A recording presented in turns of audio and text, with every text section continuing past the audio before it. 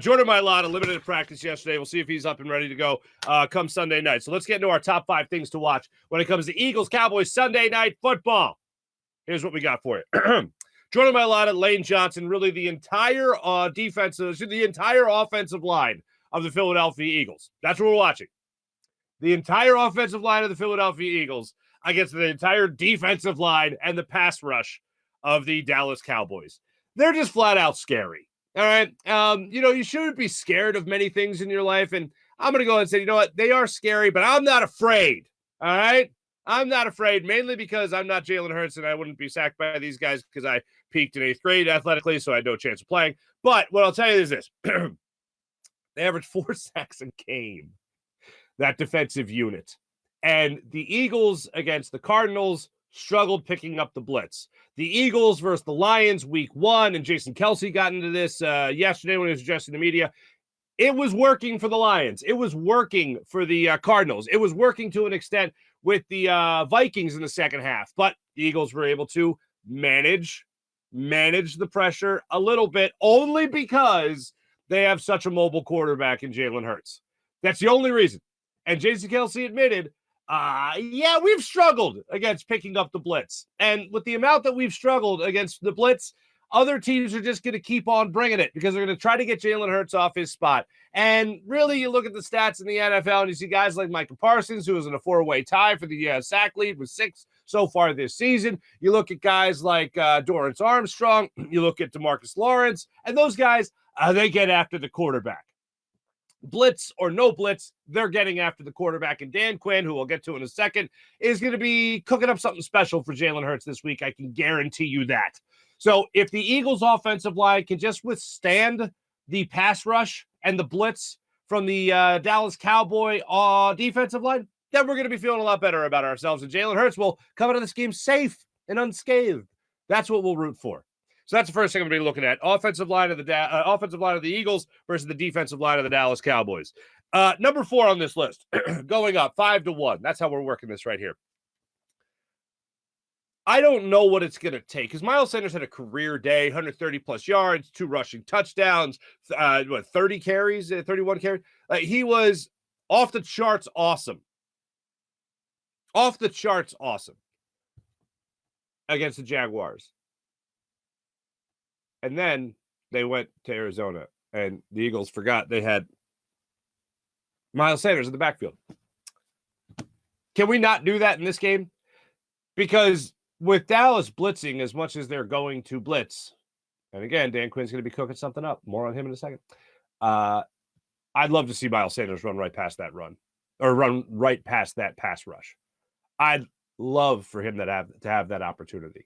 I'd like to see more opportunities with Jalen Hurts under center and forget the RPO. You're going to see it, especially if you get somebody like Micah Parsons coming off the edge and he over pursues one or the other. But I'm going to go ahead and not bet on Micah Parsons' mistakes to win a football game. I'm going to go and not do that. Instead, I'm going to line up under center. I'm going to turn around. I'm going to hand the ball to Miles Sanders. That's what I'm going to do. I know, brilliant, right? Oh, yeah, this is totally original thinking here.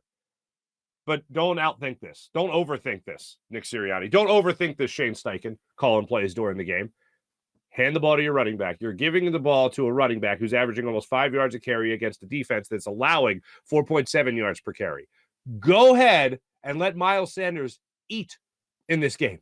I talk about it a lot when I talk about Jonathan Gannon taking on a quarterback. Oh, you got to let these guys eat. You got to let Trent Edwards get up the field. You got to let Brandon Graham come off the edge. Josh Sweat do his thing. Like all this stuff. Hassan Reddick, let him get after the quarterback.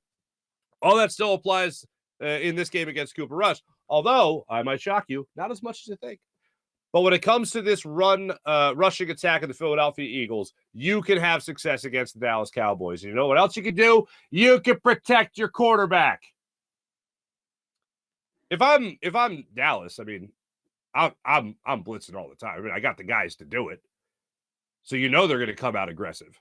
So it's really going to be a chess match between Shane Steichen and Dan Quinn. You have the personnel, Philadelphia Eagles, to beat their personnel. Both are pretty damn good. But it's really hard, no matter what kind of defense you have, to cover the versatility of this Eagles offense. So I think the number one thing you look for in this game is the rushing attack. And that's not Jalen Hurts running for 20 on a good RPO or anything like that. That is handing the ball to your running backs. Miles Sanders, number one, obviously. And then the rest of the guys that can fill in after that, like Kenny Gainwell. So, and Trey Sermon being another one. So that's something I want to see in this game. I want to see them commit to the run early in this game, and I want to see this Eagles team attack with a rushing offense.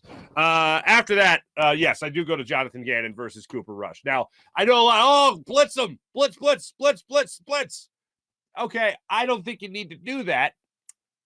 I'm the guy that always says you could force bad quarterbacks into making mistakes. So what I don't want to see in this game is guys 10 yards off the line of scrimmage consistently. I don't want to see that. But if there is a game where Jonathan Gannon can get away with, I think, more of the Jonathan Gannon things, the Gannon-ish things that we talk about so often of not being aggressive, this might be the game to do it. Because if you make Cooper Rush beat you, you are going to win this game. If your number one priority is taking away the run, making sure those receivers are contained, and you got to make Cooper Rush make plays to beat you, you're going to win this game. And coming off his performance last week against Aaron Donald and that defense of Jalen Ramsey, that defense of the Jalen Ramsey had a sack, by the way, last week. Aaron Donald had 2.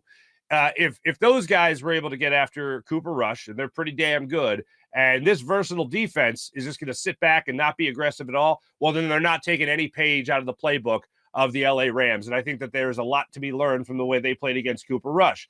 They made him look like a backup. Make him look like a backup. Put him in a position where he's got to look like a franchise guy to beat you. And you're going to win this football game.